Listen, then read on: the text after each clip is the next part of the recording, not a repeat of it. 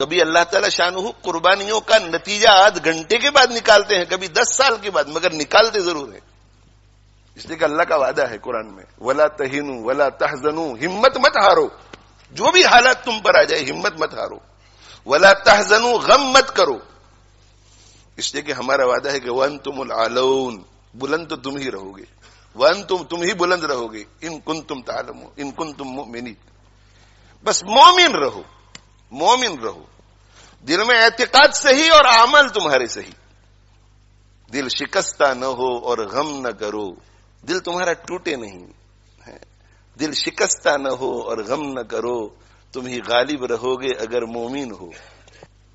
الاسلام یعلو، آپ صلی اللہ علیہ وسلم کا وعدہ ہے کہ اسلام بلند رہے گا۔ هو الذی ارسل رسولہ بالہدی ودین الحق لیظہرہ علی الدین کلہ، وعدہ ہے قرآن کا۔ اس لیے ایسے حالات میں شکوک شبہات میں مبتلا نہیں ہونا چاہیے، اللہ کی حکمت پہ یقین رکھنا چاہیے، اللہ کی حکمت پہ، اللہ کی حکمت بھروسہ رکھنا چاہیے، اور جہاں کہیں جو کوئی پریشان حال ہے، جس درجے کی پریشانی میں ہو، جس درجے کی پریشانی میں ہو، ان کا تعاون کرنے کے لیے جس طرح انہیں خود بھی اللہ کی مرضیات پہ چلنا ضروری ہے، پوری امت کے لیے اللہ کی مرضیات پہ چلنا ضروری ہے۔ اگر ہم ہمارے ان فلسطینی بھائیوں اور بہنوں اور بچوں جو معصوم ہے، جو انوسنٹ ہے، جن کا کوئی قصور نہیں ہے، ان کو کسی قسم کا بھی فائدہ پہنچانا چاہتے ہیں، فائدہ، اور بہت ہی مؤثر فائدہ، اعلیٰ درجے کا فائدہ، تو میرے بھائیو توبہ کرو اللہ سے، اپنے گناہوں سے توبہ کرو، اور توبہ کر کے عزم کرو کہ آج کے بعد ہم اللہ کے دین پر، اللہ کی مرضی کے مطابق چلیں گے۔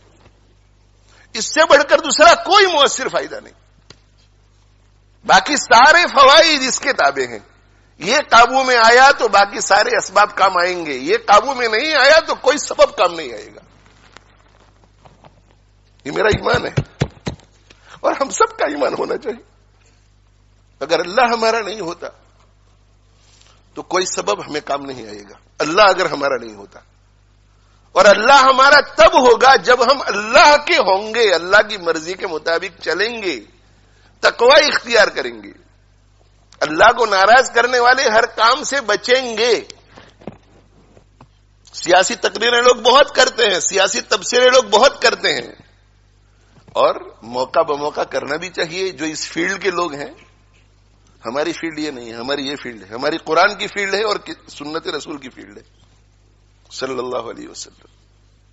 آپ ایسا مت سمجھے کہ یہاں لیسٹر میں رہ کر کے اگر ہم تقوی اختیار کریں گے تو ان کو کیا فائدہ ہوگا، وہ آپ چھوڑ دیجئے۔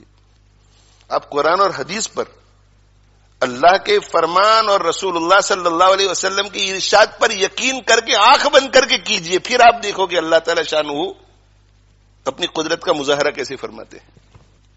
اللہ نہیں بدلا ہے، اللہ کا قانون بھی نہیں بدلا ہے، اللہ جیسے پہلے تھا آج بھی ویسا ہی ہے۔ اللہ کی حالت میں، اللہ کی شان میں کوئی فرق نہیں آتا، اللہ کے قانون میں، اللہ کے وعدوں میں کوئی فرق نہیں آتا۔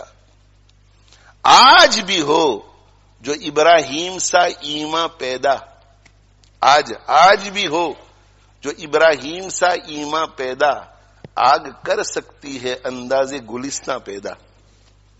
آج بھی اگر ابراہیم علیہ الصلوۃ والسلام جیسا ایمان، ویسا یقین، ویسا بھروسہ اللہ پر، ویسا توکل، ویسا اعتماد ہو، اور ویسا تقوی ہو، ویسا صبر ہو، آج بھی ویسا ذکر ہو، زبانی ذکر بھی ہو، دل بھی جڑا ہوا ہو، آگ کر سکتی ہے انداز گلستاں پیدا، تو آگ باغ بن سکتی ہے آج بھی۔ اسے کہ اللہ کا قانون ایک ہی ہے۔ فضائے بدر پیدا کر، فرشتے تیری نصرت کو اتر سکتے ہیں گردوں میں، قطار اندر قطار اب بھی۔ فضائے بدر پیدا کر، فضائے بدر کیا تھی؟ فضائے بدر ایمان والی تھی، ایمان والی۔ فضائے بدر یقین والی تھی، فضائے بدر اخلاق حمیدہ والی تھی، فضائے بدر شکر والی تھی، صبر والی تھی، فضائے بدر تواضع والی تھی، تواضع والی، کتنی تواضع، اس قدر تواضع کہ اللہ تعالی شانہ نے فرما دیا تھا کہ ان کا پیچھا کرو تو بھی تمہاری جیت اور ان سے لڑو تو بھی تمہاری جیت.